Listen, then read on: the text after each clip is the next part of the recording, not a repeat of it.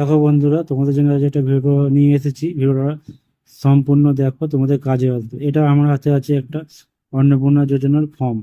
তো ফর্মটা কিভাবে পূরণ করতে হবে সেটাই এই ভিডিওর মাধ্যমে জানাবো। ভিডিওটা সম্পূর্ণ দেখতে থাকো। এখানে দেখো প্রথমে দেওয়া আছে পরিবারের প্রধানের নাম। প্রধান হচ্ছে যে রেশন কার্ডেতে যার প্রধানের নাম আছে, এখানে তার নামটা দেবে। জন্ম তারিখ, তো প্রধানের এখানে জন্ম তারিখটা দেবে। পরিবারের প্রধানের লিঙ্গ কি আছে, পুরুষ হলে পুরুষ দেবে, মহিলা হলে মহিলা দেবে।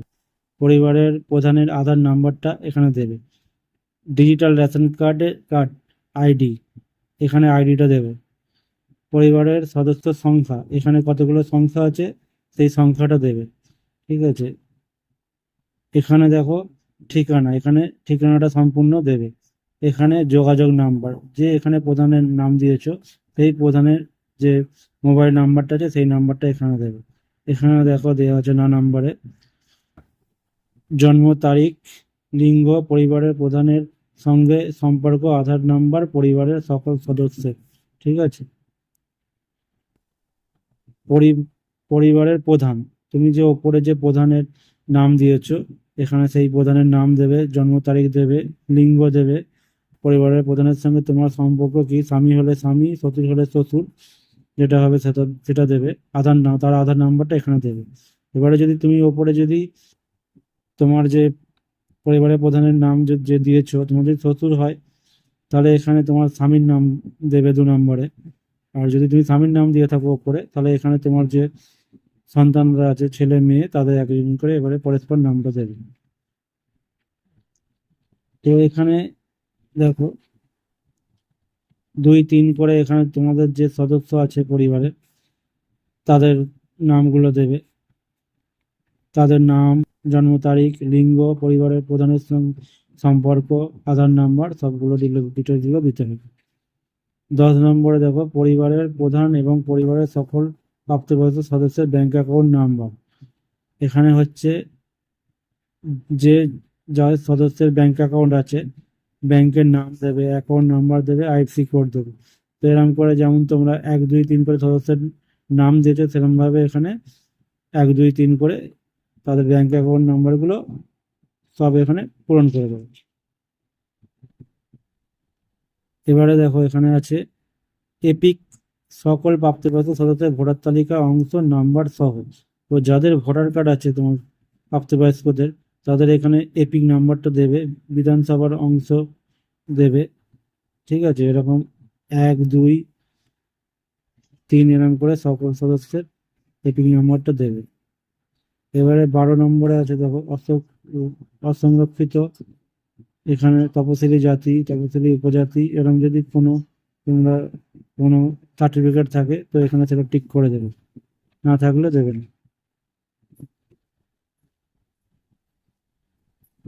এখানে আছে আপনার ডিজিটাল রেশন কার্ড আছে, ডিজিটাল রেশন কার্ড তাহলে হ্যাঁ দেবে, না থাকলে না দেবে।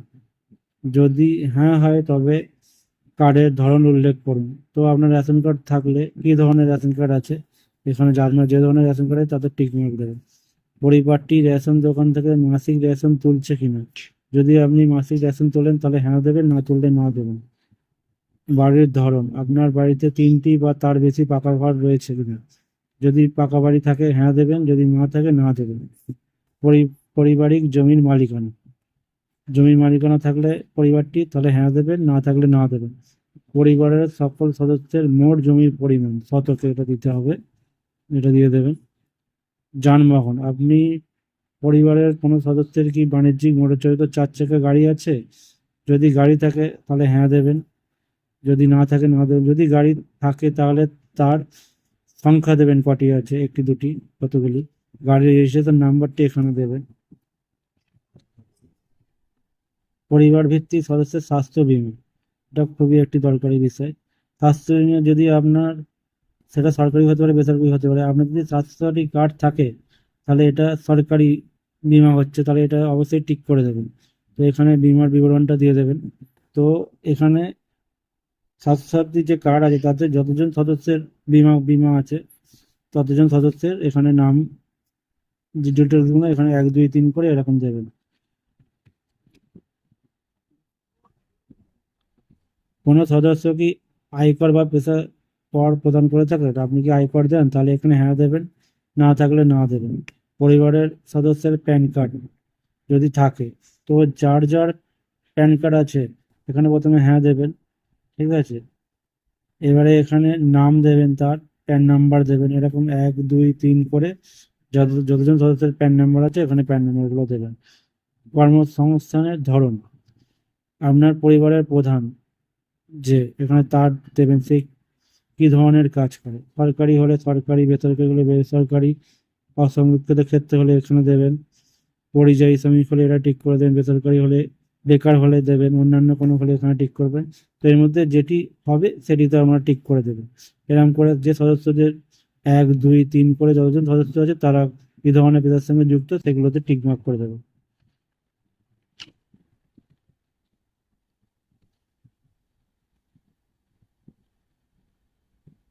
এবারে পরিবারের শিক্ষিত প্রাপ্তবয়স্ক সদস্যের সংখ্যা এবং পরিবারের অশিক্ষিত প্রাপ্তবয়স্ক সদস্যের সংখ্যা। তো আপনার পরিবারে শিক্ষিত কজন, অশিক্ষিত কজন, সেটা এখানে দিতে হবে। প্রথমে যদি শিক্ষিত যজন থাকবে সংখ্যাটা দেবেন, অশিক্ষিত হলে তার সংখ্যাটা দেবেন। যে পরিবারের প্রধান সে কি শিক্ষিত যদি হয় টিক দেবেন, যদি অশিক্ষিত হয় টিক দেবেন। সে যদি শিক্ষিত হয় তার সর্বোচ্চ শিক্ষাগত যোগ্যতা, সে কতদূর লেখাপড়া করেছে সেটা দেবেন এখানে। তো এখানে এরকম 1 2 3 করে যতজন সদস্যের শিক্ষিত অশিক্ষিত সেটা এখানে দিয়ে দেবেন। কোনো সদস্য কি কোনো সাংবিধানিক পদ, মন্ত্রী, সংসদ, বিধায়ক, পৌর, স্থানীয় সংস্থা, পঞ্চায়েত সংস্থার প্রাক্তন বর্তমান ধারক। তো আপনার পরিবারের যদি কোনো সদস্য সরকারি, মন্ত্রী কিংবা সংসদ, বিধায়ক, পঞ্চায়েতের কর্মী হন তাহলে এখানে তার সেটা হ্যাঁ দেবেন, যদি না হয় না দেবেন। তো যদি হ্যাঁ হয় তাহলে এখানে তিনি যে পদে রয়েছে তার যদি কোনো নাম্বার থাকে সেটি এখানে দেবেন। কোনো সদস্য কি সরকারি পেনশনভোগী, মানে সরকারি পেনশন পান, হ্যাঁ হলে হ্যাঁ দেবেন, না হলে না দেবেন। কোনো সদস্য কি জিএসটির অধীনে নিবন্ধিত আছেন, হ্যাঁ হলে হ্যাঁ দেবেন, না হলে না দেবেন। পরিবারের মোট বার্ষিক আয়, আপনার মাসে যেটা আপনার পরিবারের আয় হয় সেটা আপনি বছরে একটা হিসাব করে নেবেন, হিসাব করে নিয়ে এখানে সেটা দিয়ে দেবেন কত টাকা আয় হয়। এবারে এখানে দিয়েছে সিএ এর আবেদনের বর্তমান অবস্থা যদি থাকে, আপনি যদি সিএ আবেদন করে থাকেন তাহলে সেটা কি ধরনের প্রযোজ্য আবেদন করা হয়েছে, তো যেটা থাকবে সেটা এখানে টিক করে দেবেন। এরকম যতজন সদস্যের সিএ নাম আছে তার তার দেবেন, না হলে না দেবেন। এখানে আছে অন্যান্য, কিষাণ ক্রেডিট কার্ড, কিষাণ ক্রেডিট কার্ড এর আইডি, শিল্পী ক্রেডিট কার্ড, মৎস্যজীবী ক্রেডিট কার্ড, এরকম যদি কোনো কার্ড থাকে তাহলে এখানে তার নাম্বার, আইডি, সংখ্যা, যে তারিখে ইস্যু হয়েছে সেগুলো যদি না থাকে তাহলে এটা না না করবেন।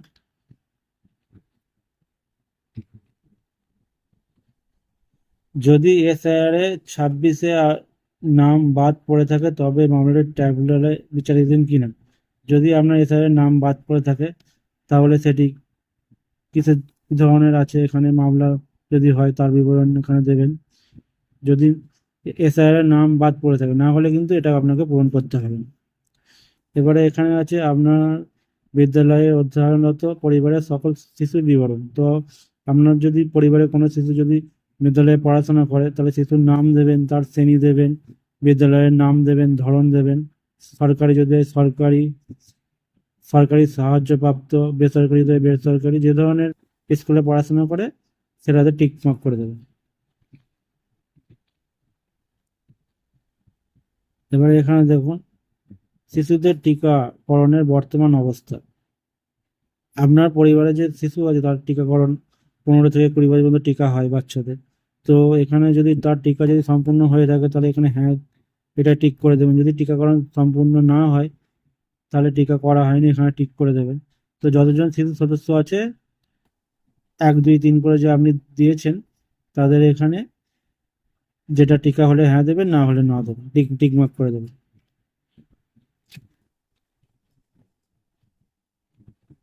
এবার দেখুন এটা খুবই জরুরি, আপনি কি কোনো সরকারি প্রকল্পের সুবিধা ডিবিটি লিঙ্কের মাধ্যমে পাচ্ছেন, ঠিক আছে। আপনি যদি লক্ষ্মীর ভান্ডার পান সেটিও ডিবিটি লিঙ্কের মাধ্যমে দেওয়া হয়, তাহলে এখানে হ্যাঁ দেবেন, ঠিক আছে। দিয়ে প্রকল্পের নাম দেবেন এখানে, এটা অবশ্যই পূরণ করবেন। এটা হচ্ছে শেষ পাতা। এখানে দেখুন দেয়া আছে, আমি এই মর্মে ঘোষণা করছি যে উপরে প্রদত্ত তথ্য আমার জ্ঞান ও বিশ্বাস অনুযায়ী সত্য এবং প্রযোজ্য ক্ষেত্রে আমি সকল সহায়ক নথি প্রদান করেছি এবং উপরে উল্লেখিত কোনো মানদণ্ড বাদ দিইনি। আমি অবগত যে আমার প্রদত্ত কোনো তথ্য মিথ্যা প্রমাণিত হলে আমার সামাজিক সুরক্ষা সংক্রান্ত সুবিধাসমূহ বন্ধ হয়ে যেতে পারে।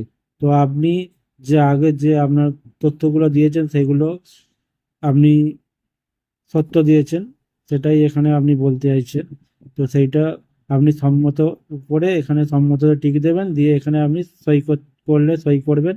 আর আপনি যদি টিপসই দেন তাহলে টিপসই দিলেও চলবে। তো আপনি যেটা করতে পারেন সেটা করবেন, এখানে করলে আপনার ফর্মটি পূরণ হয়ে যাবে। এবারে এখানে যেটা আছে নিচ্ছে, এটা শুধু সরকারি ক্ষেত্রে ব্যবহৃত, মানে যারা আশা কর্মী, যারা অঙ্গনওয়াড়ি কর্মী, এরকম যারা সরকারি কাজের সঙ্গে যুক্ত হয় তারাই এখানটা পূরণ করবে।